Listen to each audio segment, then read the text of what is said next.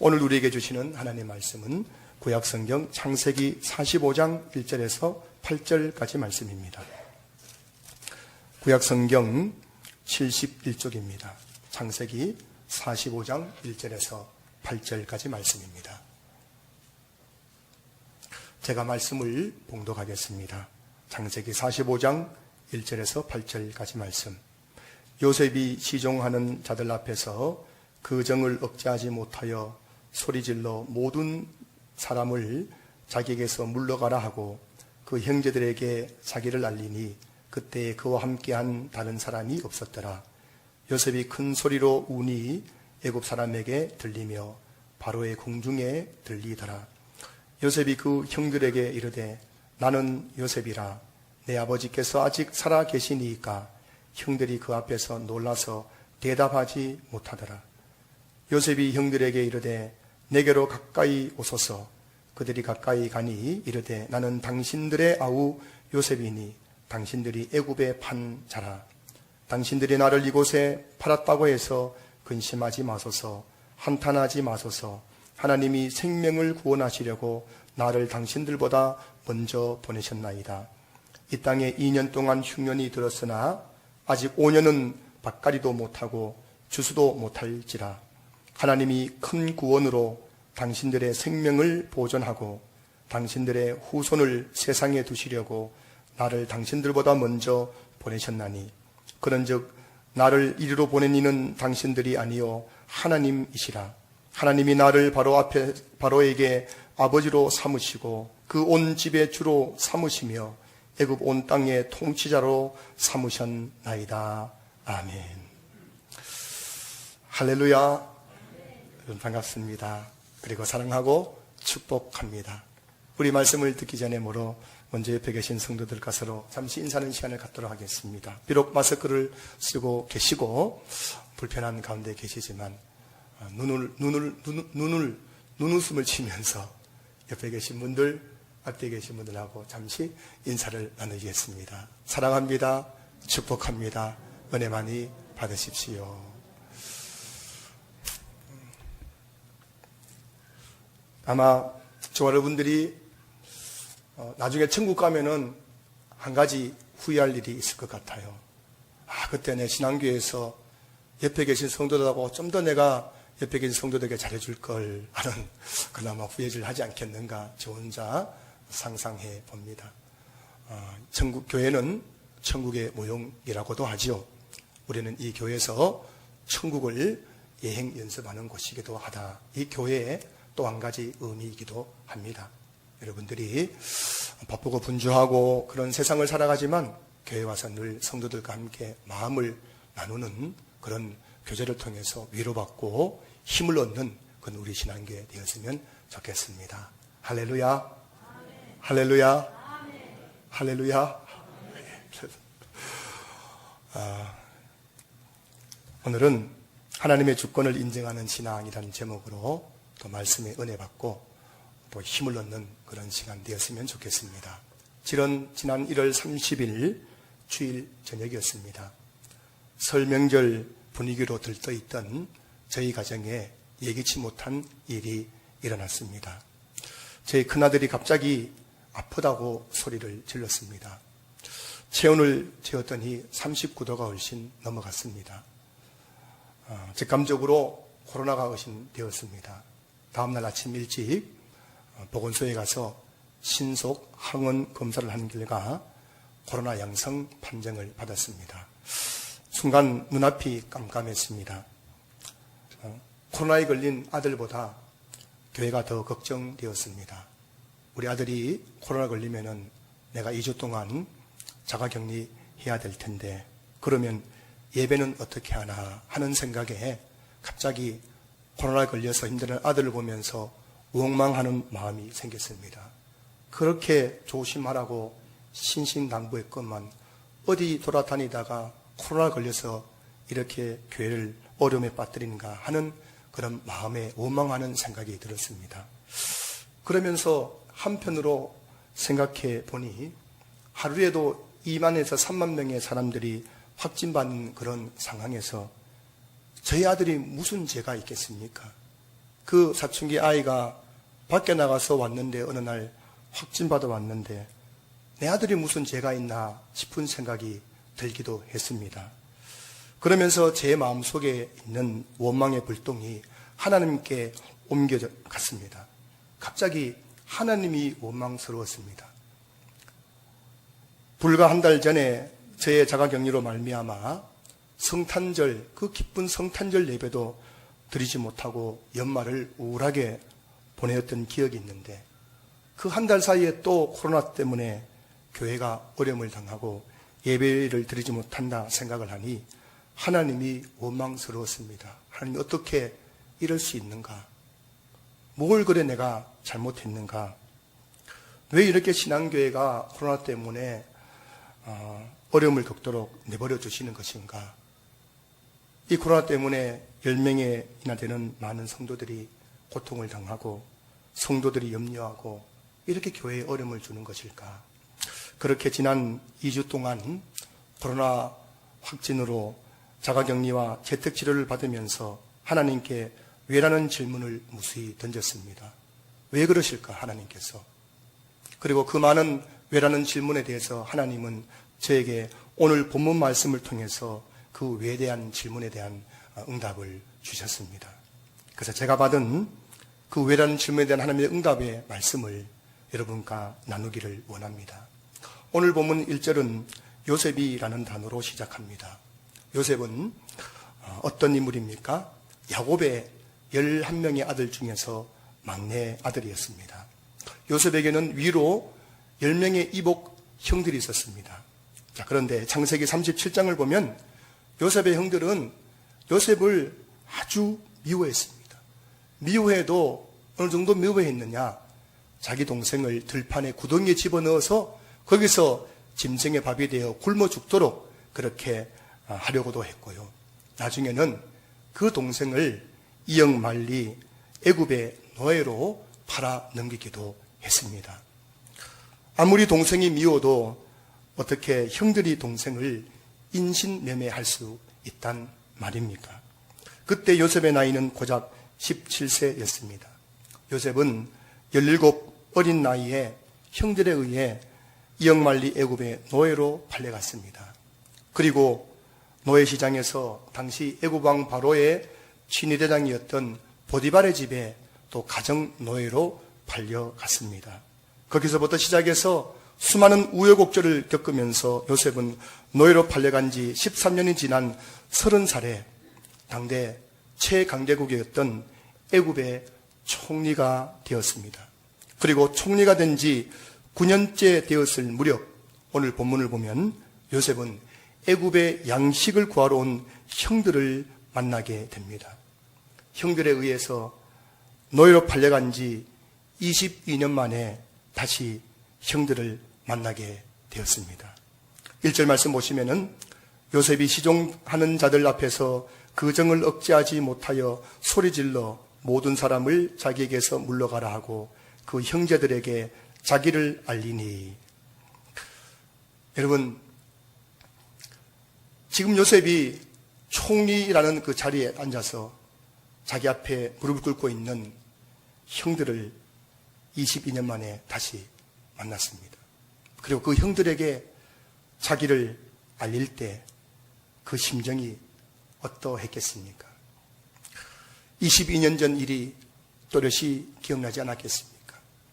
자기를 구덩이에 집어넣었던 형들, 그리고 자기를 꽁꽁 묶어서 노예 상인들에게 팔아넘겼던 형들, 그 형들 앞에서 형들 나를 좀 살려달라고 그렇게 애원하고 소리치고 했건만 그 형들은 결국 그를 애굽의 노예로 팔아넘겼었습니다. 22년 전에 있었던 그 일, 여러분 그날을 생각한다면 아마 요셉의 마음에 망감이 교차하지 않았겠습니까? 그리고 요셉의 말을 들은 형들의 반응은 어떠했습니까? 3절 보시면은 요셉이 그 형들에게 이르되 나는 요셉이라 내 아버지께서 아직 살아계시니까 형들이 그 앞에서 놀라서 대답하지 못하더라. 22년 전에 노예로 팔아넘겼던 그 동생이 지금 내 앞에 애굽의 총리가 되어서 나타난 것입니다. 여러분, 어안이 벙벙했겠지요. 할 말을 잃어버렸겠지요. 너무너무 놀라서 대답하지 못하더라. 오늘 성경이 기록하고 있습니다. 4절 보시면은 나는 당신들의 아우 요셉이니 당신들이 애굽의 판자라. 이 말을 들었을 때 형들이 얼마나 놀랐겠습니까? 얼마나 두려웠겠습니까? 이제 죽는구나. 이제 내가 죽었구나 싶은 생각도 들었을 것입니다. 자, 그런데 오늘 본문을 보시면 요셉은 형들에게 뜻밖의 말을 합니다. 5절 말씀. 당신들이 나를 이곳에 팔았다고 해서 근심하지 마소서. 한탄하지 마소서. 하나님이 생명을 구원하시려고 나를 당신들보다 먼저 보내셨나이다. 우리 주변을 보면은 형제들 간에 원수가 되어 살아가는 그런 가정들이 참 많이 있습니다. 뭐 형제들만 그럴까요? 부모 자식 간에도 그렇고요. 부부 간에도 그렇고요. 뭐 교회 다니든 안 다니든 다 똑같은 것 같아요. 제가 보니까요. 교회 다닌다고 덜 그런 것도 아니고 교회 안 다닌다고 더 그런 것도 아니고 교회 다니는 사람도 안 다니는 사람도 제가 22년 동안 사역하면서 목격한 것은 똑같아요. 형제가 원수가 되고 부모 자식이 원수가 되어가지고 서로 법정 소송을 하고 칼부림을 하고 원한을 가슴에 품고 한평생 원수처럼 살아가는 사람들이 얼마나 많은지 모릅니다. 이야기 들어보면 참 사정이 딱합니다. 어떻게 형제 간에 이런 일이 있을 수 있을까? 어떻게 부모 자식 간에 이런 일이 있을 수 있을까? 참 그런 마음이 들 때도 참 많습니다. 오늘 본문이 그런 상황 아닙니까? 원수로 치자면 이런 원수가 어디 있겠습니까? 17살 동생, 그렇게 애원하는 동생을 꽁꽁 묶어서 은 20장에 팔아먹었던 그 형들, 그게 인간입니까? 그게 사람입니까? 그런 형들, 오늘 본문에서 요셉이 다 죽인들 누가 요셉에게 돌을 던지겠습니까? 그런데도 요셉은 뭐라고 말합니까? 5절 보십시오. 하나님이 생명을 구원하시려고 나를 당신들보다 먼저 보내셨나이다.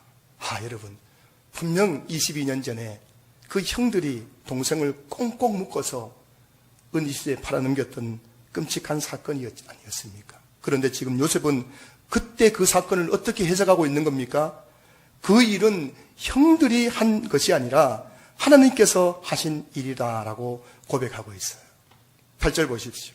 그런즉 나를 이리로 보낸 이는 당신들이 아니요 하나님이시라. 나를 22년 전에 그 미디안 상인을 통해서 애굽으로 오게 한 것은 형들이 아니라 누구였단 말입니까? 하나님이었다는 것입니다. 여러분, 이게 말이 됩니까? 분명 형들이 한 짓 아닙니까?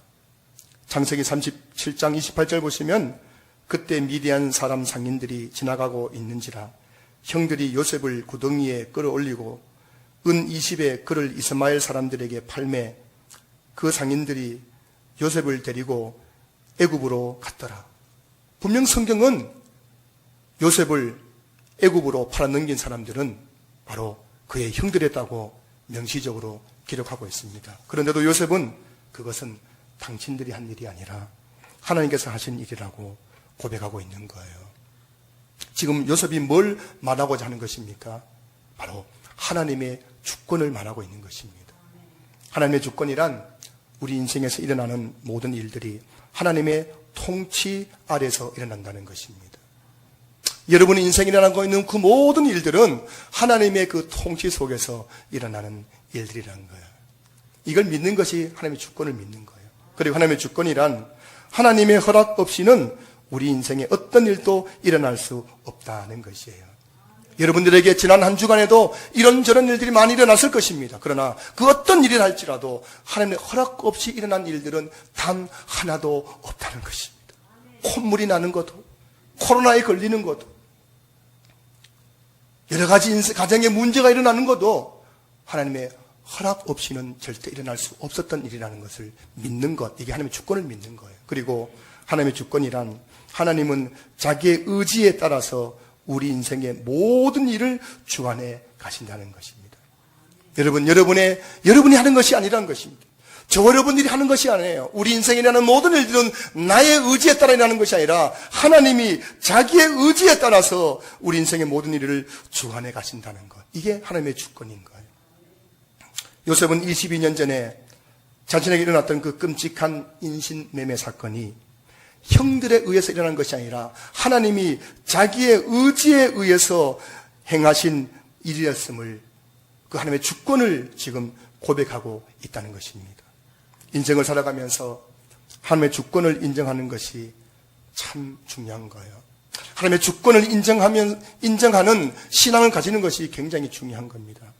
이 하나님의 주권을 인정하지 못하면 우리는 한평생 남을 원망하며 살아가게 되죠. 부모를 원망하고, 남편을 원망하고, 아내를 원망하고, 자식을 원망하고, 형제를 원망하고, 다 당신 때문이라고, 다 너 때문이라고.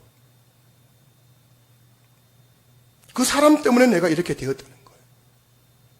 때로는 어떤 사람들은 자기 자신을 비관하면서 알코올 중독에 빠지기도 하고 삶을 포기하는 경우도 얼마나 많습니까? 그때 내가 그 투자하지 않았더라면, 그때 내가 그런 선택하지 않았더라면, 늘 자기 자신의 과거를 돌아보면서 후회하면서 그렇게 한평생 자신을 비관하는 삶을 살아가는 사람들도 얼마나 많은지 모르는 겁니다. 그 모든 것들이 그냥 나에 의해서, 사람들에 의해서 일어난 사건들이라고 생각하기 때문이죠. 제가 신앙교회 부임할 때 이전 교회에서 저를 돕겠다고 함께 온 청년이 있었습니다. 이 청년은 음향과 영상을 설비하는 직업을 가진 청년이었는데요. 우리 교회 와서 얼마나 열심히 교회를 봉사했는지 모릅니다.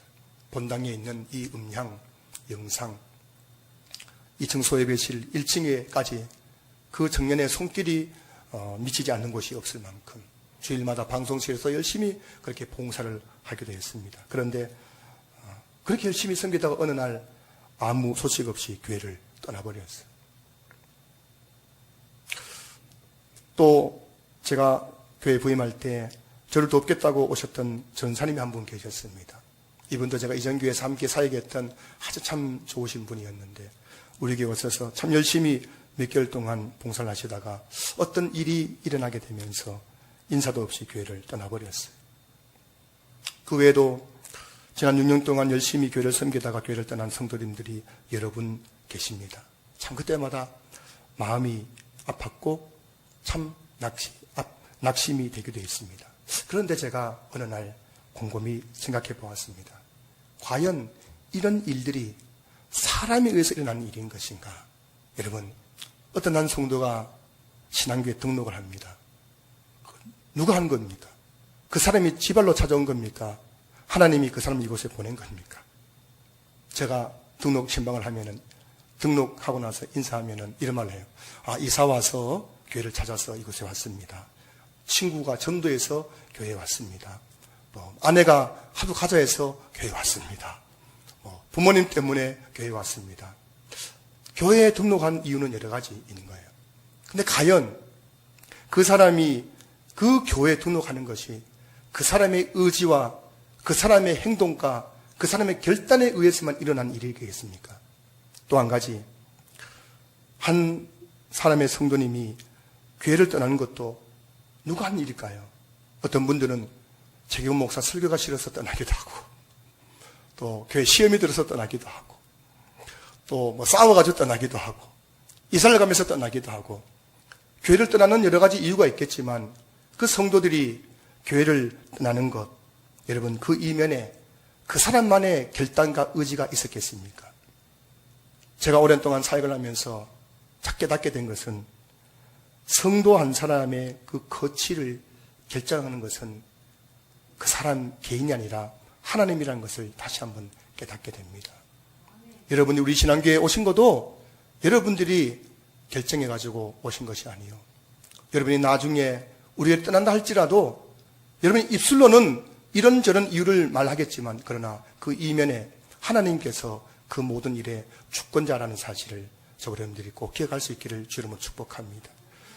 한 번씩 교회를 떠날 때마다 한 사람씩 교회를 떠날 때마다 마음이 아프기도 하고 낙심이 되기도 하지만 시간이 지나고 나면 그분들이 신앙교회를 떠남으로 말미암아 하나님은 우리 교회에 더 큰 유익한 일을 이루어 가셨음을 보게 됩니다. 여러분, 사람이 떠나는 것 아픔입니다. 그러나 그 아픔 속에서 하나님은 하나님의 더 큰 유익을 이루어간다는 사실을 저는 사역을 하면서 너무나 많이 발견하게 됩니다. 교회 안에서 일어나는 모든 일들의 배후에는 하나님의 주권이 작동하고 있음을 믿을 수 있기를 주의 이름으로 축복합니다. 아니, 여러분의 가정에, 여러분의 인생에 어떤 일이 일어난다 할지라도 그 배후에는 하나님의 그 정확한 주권이 작동하고 있다는 사실을 믿고 인정하는 성도들 될 수 있기를 주의 이름으로 축복합니다. 욥을 보십시오. 어느 날 7남 3녀의 자녀들이 한자리에서 사고로 다 죽었습니다. 바로 그날 욥은 전 재산을 사고로 다 잃어버리게 되었습니다. 하루아침에 하루 동안 일어난 일입니다. 자식이 다 죽고 전 재산을 다 잃어버렸습니다. 어떻게 이런 끔찍한 일이 하루아침에 일어날 수 있단 말입니까? 그런데 욥은 그런 슬픔 속에서 이런 고백을 합니다. 욥기 1장 21절 말씀. 이르되 내가 모태에서 알몸으로 나와 싸운즉 또한 알몸이 그리로 돌아가올지라. 주신 이도 여호와시요 거두신 이도 여호와시오니 여호와의 이름이 찬송을 받으실지니이다. 주신 이도 여호와시요 거두신 이도 여호와시오니, 이게 바로 하나님의 주권 아니겠습니까? 나에게 7남 3녀의 자녀를 주신 분도 하나님이시고 그 7남 3녀의 자녀를 거두어 가신 분도 하나님이십니다.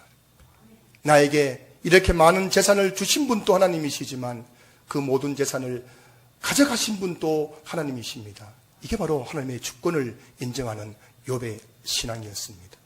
여러분 알고 계십니까? 여러분 가정에 있는 그 자녀 하나님이 주셨다는 사실을 알고 계십니까?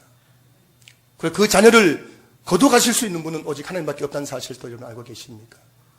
여러분 가정에 있는 그 많은 재물들, 그 재물들이 어디서부터 왔다고요? 하나님께서 주셨다는 사실을 여러분 인정하십니까? 그리고 그 재물을 거둬가신 분도 하나님이시라는 사실을 저와 여러분들이 인정할 수 있기를 주의 이름으로 축복합니다. 어떤 이는 주식 투자를 잘못해가지고, 어떤 이는 이런저런 일들 통해서 재산을 잃어버린 일들도 있지만 그것은 주식 투자 잘못했기 때문이 아니라는 것입니다. 그것은 내가 어떤 잘못된 선택했기 때문에 아니라는 것입니다. 그것은 나타난 현상이지만 그 배후에 하나님께서 그것을 거두어 가신다는 것입니다. 다윗은 자기를 죽이려는 사울을 피해 10년이 넘게 광야를 도망 다녔습니다. 정말 죽을 고비를 많이 넘겼습니다. 그 내용이 사무엘상 말씀에 나오지요. 정말 다윗은 사울 때문에 너무 힘든 10년의 시간을 보냈습니다. 그때 나이가 10대 후반이었습니다. 그 어린 나이에 다윗은 영문도 모르게 사울을 피해가지고 광야를 헤매면서 도망을 다녔습니다. 그러던 어느 날 원수 같은 사울을 죽일 수 있는 절호의 기회가 찾아왔죠. 다윗이 동굴에 숨어 있을 때에 사울이 용변이 급해가지고 똥이 마려워서 동굴 속에 들어와서 바지를 내리고 용변을 보고 있는 상황입니다. 무방비 상태입니다. 그 안쪽에 숨어있던 다윗이 칼을 들고 목을 치면은 사울은 한순간에 죽을 수밖에 없는 상황이었습니다. 다윗과 함께하는 그 사람들이 다윗에게 말합니다. 지금이 절호의 기회라고. 당장 저놈의 목을 쳐서 원수를 갚으시라고. 그렇게 다윗에게 이야기했을 때 다윗이 이런 고백을 합니다. 사무엘상 24장 6절입니다. 자기 사람들에게 이르되 내가 손을 들어 여호와의 기름 부음을 받은 내 주를 치는 것은 여호와께서 금하시는 것이니 그는 여호와의 기름 부음을 받은 자가 됨이니라 하고. 여러분 이런 말 하기가 쉬워요, 어려워요?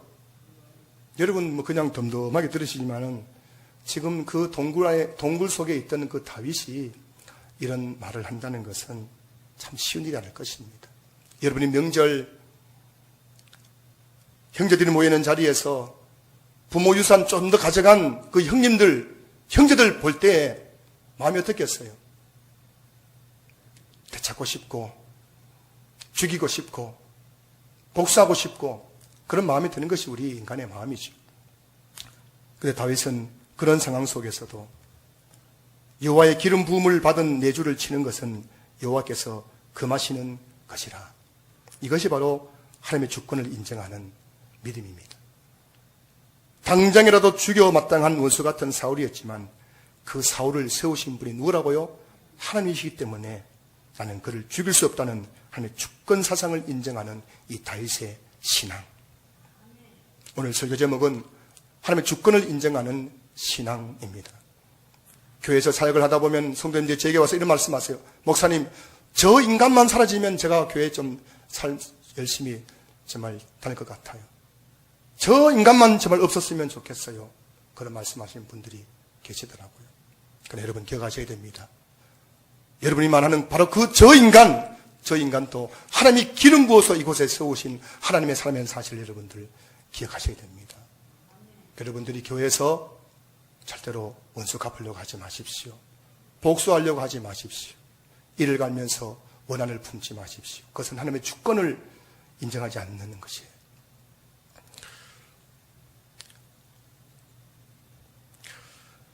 사랑하는 성도 여러분, 하나님께서 우리 인생을 주권적으로 인도해 가시는 이유가 무엇일까요? 이런저런 인생의 일을 통해서 우리 인생을 주권적으로 인도해 가시는 그 이유가 무엇일까요? 신명기 8장 16절 말씀 보시면은 내 조상들도 알지 못하던 만나를 광야에서 내게 먹이셨나니 이는 다 너를 낮추시며 너를 시험하사 마침내 내게 복을 주려 하심이었느니라. 이스라엘 백성들은 광야 40년 동안 참 많은 고생을 했습니다. 먹을 것이 없고 마실 물이 없고 참 광야의 위험도 많이 겪었고 어려움을 많이 겪었지요. 그런데 여러분, 광야 40년을 가만히 보면은 그 민수기 말씀, 출애굽기 말씀을 가만히 읽어보면은 그 광야 40년 이스라엘 백성들의 그 광야 여정의 주도권이 이스라엘 백성들에게 있었던 것이 아니라 누구에게 있었단 말씀입니까? 하나님께 있었다는 것입니다. 하나님이 그들을 낮추기도 하시고 하나님이 그들을 시험하기도 하시고 그 모든 광야 40년의 주도권이 하나님께 있었다는 것입니다. 그들은 배가 고팠습니다. 목이 말랐습니다. 이게 현실입니다. 그런데 그 모든 주도권은 누구에게 있었다고요? 하나님께 있었다는 것입니다. 왜 하나님께서 그렇게 하셨느냐? 그 이유는 바로 신명기 8장 16절에서 말씀하고 있지요. 마침내 내게 복을 주려 하심이었느니라.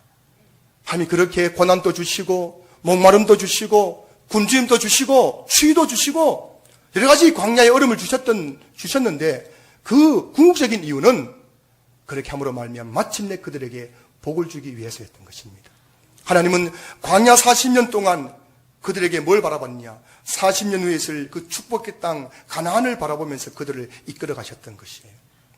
그들에게 그 축복의 땅 가나안을 선물로 주시기 위해서 광야 40년 동안 그들의 삶을 이끌어 가셨던 것입니다. 여러분, 저와 여러분들이 이 땅을 살아가면서 수많은 사건들을 경험하게 됩니다. 왜 나에게 이런 일이 일어나느냐고, 왜 하나님께서 나에게 이런 고통을 주시느냐고 말할 때가 있지만 여러분, 하나님은 우리의 삶의 모든 일들을 주권적으로 인도하시면서 40년 후에 있을 그 축복을 바라보고 계신 거예요. 저 여러분들은 현실을 바라보고 있는 거예요. 그 사건을 바라보고 있는 거예요. 그 사람을 바라보면서 원망하지만 하나님은 그 사건과 그 일들 속에서 40년 후에 있을 축복의 땅을 바라보면서 우리 삶을 주도적으로 인도해가고 계신다는 것입니다. 욥을 보십시오. 자식을 다 잃어버리고 전 재산을 다 잃어버리는 상황 속에서도 욥은 하나님의 주권을 인정하는 신앙을 가졌습니다. 그러자 마침내 어떤 일이 났습니까? 하나님께서 욥의 말년에 욥에게 갑절의 복을 주셨습니다. 다윗을 보십시오. 원수 같은 사울이 그렇게 나를 미워하고 10년 넘게 나를 죽이려고 쫓아옵니다. 그런 상황 속에서도 다윗은 하나님의 주권을 인정하는 신앙을 가지고 사울을 죽이지 않았습니다. 그 결과 마침내 하나님께서 다윗을 이스라엘의 왕으로 세우셨던 것이에요. 오늘 본문을 보십시오. 한 가정에서 일어난 비극적인 사건이었습니다. 형들이 동생을 노예로 팔아넘겼습니다. 이 일로 인해서 아버지 야곱은 식음을 전폐하고 평생 동안 고통 속에 살아야만 했습니다. 하지만 이 끔찍한 사건도 하나님의 주권 속에서 일어난 사건이었습니다. 그리고 이 사건의 결말이 무엇입니까? 오늘 본문 6절 7절 말씀 보십시오. 이 땅에 2년 동안 흉년이 들었으나 아직 5년은 밭갈이도 못하고 주수도 못할지라 하나님이 큰 구원으로 당신들의 생명을 보존하고 당신들의 후손을 세상에 두시려고 나를 당신들보다 먼저 보내셨나니. 여러분, 지금 가나안 땅에 그리고 애굽 땅에 2년째 흉년이 들었습니다. 가뭄이 들었습니다. 비가 내리지 않습니다. 식물이 자라지 않습니다. 추수할 곡식이 없었습니다.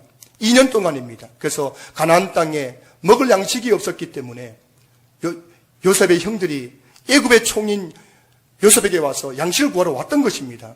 그때 오늘 요셉이 그 형들에게 하는 말이 무엇입니까? 이 땅에 2년 동안 흉년이 들었으나 아직 5년 동안은 밭가리도 주지도 못할 것이다. 하지만 내가 당신들이 먹을 양식을 주겠노라. 하나님이 이 큰 구원으로 당신의 생명을 보존하고 당신들의 후손을 세상에 두시려고 나를 당신보다 먼저 이곳에 보내셨던 것입니다. 22년 전에 형들이 동생을 인신매매해서 노예로 팔아 넘겼습니다. 하지만 이 일은 22년 후에 있을 큰 가뭄 속에서 야곱의 가족을 구원하기 위한 하나님의 놀라우신 주권 속에서 일어났던 일이었습니다. 22년 전에 한 가정의 불행이 하나님의 주권 속에서 22년 후에 생명을 구원하는 축복으로 바뀌게 된 것입니다. 성도 여러분, 22년 전의 일을 생각해 보십시오. 여러분 인생에 22년 전에 있었던 그 끔찍한 사건들을 다시 한번 떠올려 보십시오. 그때는 죽을 것만 같았을 것입니다. 누군가가 몹시도 원망스러웠을 것입니다. 다 당신 때문에 내가 이렇게 되었다고 원망하며 한평생 원한을 품었을지 모르겠습니다. 그런데 여러분, 시간이 지나고 지금 와서 돌이켜보니 하나님께서 나에게 이런 복을 주시려고 그런 일을 행하셨구나 싶은 일들이 한두 가지가 아니에요. 저는 여러분에게 몇 번 말씀드렸지만은 제 아내가 더 이상 설교 강단에서 그 이야기 하지 않았으면 좋겠습니다라고 했지만 오늘 마지막으로 한 번 더 이야기하고 싶은 것은 저는 출신이 삼수 출신입니다. 삼수생. 대학 삼수 출신. 여러분 제 앞에서 재수했다고 울지 마십시오. 삼수했다고 거드먹거리지 마십시오. 저도 삼수에 쓰디 쓴 잔을 경험했던 사람이었습니다. 그때는 정말 죽을 것만 같았습니다. 삼수하고도 떨어지고 또 후기 시험 쳐가지고 겨우 저 지방에 이름 없는 대학에 합격을 하고 참 그때 쓰디 쓴 인생의 쓴맛을 경험하고 제가 정말 힘든 시간들을 보내었는데 돌이켜보니 그때 그 사건은 하나님이 저를 하나님의 종으로 만들기 위한 과정이었음을 깨닫게 됩니다. 만약 그때 재수할 때 그 대학 갔더라면 아마 여러분 저를 TV에서 보는 사람이 되었을지도 모르겠습니다. 하지만 하나님은 저를 하나님의 종으로 삼기 위해서 재수를 하게 하시고 삼수를 하게 하시고 정말 고통스러운 시간들을 보내게 하시고 삼수 시험 치고도 또 떨어져가지고 후기대에 들어가는 그런 수모와 모멸감을 주셨지만 그 시간들을 통해서 저는 하나님 앞에 내 모든 삶을 내어놓는 그런 헌신하는 삶을 살게 된 줄로 믿습니다. 돌이켜보면 깨닫게 되는 거예요. 그때 그 끔찍하고 고통스러웠던 사건이 오늘 나에게는 축복이 된 일들이 한두 가지가 아니에요. 여러분이 바로 그 주인공들 아닙니까? 여러분이 저에게 간증했던 그 간증을 들어보면 그런 내용 아닙니까? 그때는 그렇게 힘들었었는데 고통스러웠는데 지금 그것이 나에게 축복이 되었습니다. 여러분의 간증 아니었습니까? 삼성도 여러분, 지금 나에게 일어나고 있는 불행만 바라보지 마십시오. 그 불행한 사건 속에서 22년 후에 있을 하나님의 축복을 바라보는 성도들 되시기를 주 이름으로 축원합니다. 오늘 불렀던 찬송가 413장 내 평생에 가는 길에 작사가는 19세기의 욥이라고 불리었던 스페포드라는 사람이죠. 이 사람은 시카고에서 잘 나가는 변호사였고 또 의사이기도 하였습니다. 요즘도 변호사 의사면은 돈을 벌지만은 그 당시에도 참 1870년 당시 스페포드는 변호사 일을 하면서 또 의사로서 많은 돈을 벌었고 그가 모았던 그 많은 돈을 가지고 시카고에 큰 건물을 건축하게 되었습니다. 전 재산을 다 들여가지고 시카고에서 멋진 건물을 지었는데 얼마 후에 시카고의 대화재를 통해서 스패포드의 그 건물이 완전히 타버리고 잿더미가 되어버린 거예요. 한순간에 전 재산을 다 잃어버렸습니다. 그때 이 일로 말미암아 상심한 아내와 네 딸을 위로하기 위해서 이제 유럽 여행을 준비하게 됩니다. 그리고 유럽 여행을 떠나는 그날 스패포드는 또 변론을 해야 되는 급한 일이 생김으로 말미암아 그 가족들과 함께 여행을 가지 못하고 아내와 네 딸들이 여객선을 타고 유람선을 타고 이제 바다 여행을 출발했습니다. 스패포드가 법정에서 변론하고 있는 그 시간, 스패포드의 가족들이 타고 있는 그 배가 대서양을 지나고 있을 때 영국의 철선 로션호라는 그 쇠로 된 배와 정면을 충돌하면서 30분 만에 그 여객선이 바다에 침몰해버리게 됩니다. 그리고 그 배 안에서 4명의 딸이 다 물에 빠져 죽게 되었고 아내만이 구사일생으로 살아나게 되었다는 소식을 듣게 됩니다. 그 소식을 듣고 스패포드는 절망에 빠졌어요. 얼마 전에 전 재산을 잃어버렸는데 이번엔 4딸을 잃어버린 거예요. 현대판 욥이 아닙니까? 여러분, 근데 이게 우리 인생 아니에요? 왜 자꾸 나에게만 이런 고난이 찾아오는지, 도대체 하나님은 뭘 하고 계시는지. 불과 한 달 전에 코로나 때문에 성탄절 예배를 못 드렸는데 또다시 코로나 때문에 담임 목사와 부교육자들이 자기격리해야 하는 이 현실을 어떻게 해석할 수 있을까요? 이게 우리의 인생인 거예요. 그는 아내를 만나기 위해 배를 타고 대서양을 지나던 중에 당시 사고 해역 위를 지날 때에 죽은 4딸을 생각하면서 하나님께 울부짖었습니다. 하나님, 나에게 어떻게 이런 일이 일어나도록 내버려 두십니까? 그는 그곳에서 하나님 앞에 눈물로 절규하면서 하나님을 원망했습니다. 그리고 그런 절망 속에서 선실로 들어와 성경을 펼쳤어요. 그때 그가 펼쳐진 성경이 바로 시편 23편이었는데 시편 23편이 이렇게 시작하지요. 여호와는 나의 목자시니 내게 부족함이 없으리로다. 여러분, 시편 23편 배경은 다윗이 사울을 피해 광야를 도망갈 때 기록한 시라고 합니다. 지금 다윗은 사울에 의해서 죽을 수밖에 없는 상황 속에서 광야를 도망가고 있는 거예요. 그 상황 속에서 다윗이 여호와는 나의 목자시니 내게 부족함이 없으리로다라는 시를 썼다는 겁니다.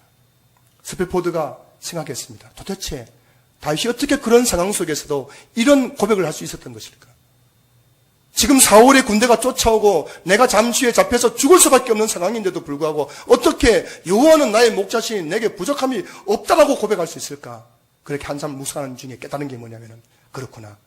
다윗은 이 절망적인 상황 속에서도 하나님의 주권을 인정하고 있었다는 사실을 깨닫게 된 것입니다. 그 순간 스패포드 마음속에는 말로 형언할 수 없는 평안과 기쁨이 찾아왔다고 합니다. 그때 그는 한편의 시를 썼는데 그 시의 내용이 이런 것이에요. 내 평생에 가는 길 순탄하고 늘 잔잔한 강 같든지 큰 풍파로 무섭고 어렵든지 나의 영혼은 늘 편하다. 내 영혼 평안해. 내 영혼 평안해.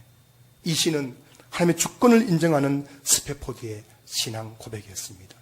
그때 그는 4딸을 잃어버렸습니다. 전 재산을 잃어버렸습니다. 그런 절망 속에서 그는 이런 고백을 하게 된 것입니다.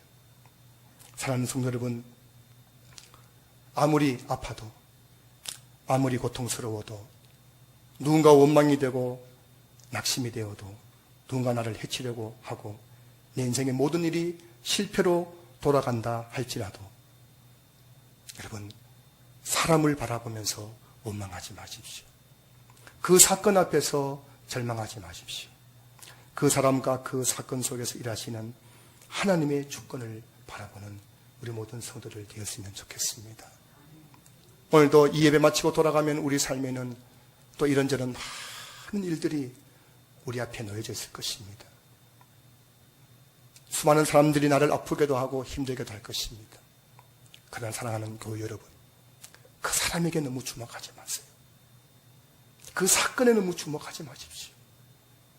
그 사람과 그 사건 배후에서 지금 또 나에게 복 주시기 위해서 일하고 계시는 그 하나님의 주권을 믿고 끝까지 믿음으로 나아가는 우리 신앙교회 모든 성도들 될 수 있기를 주의 이름으로 축복합니다.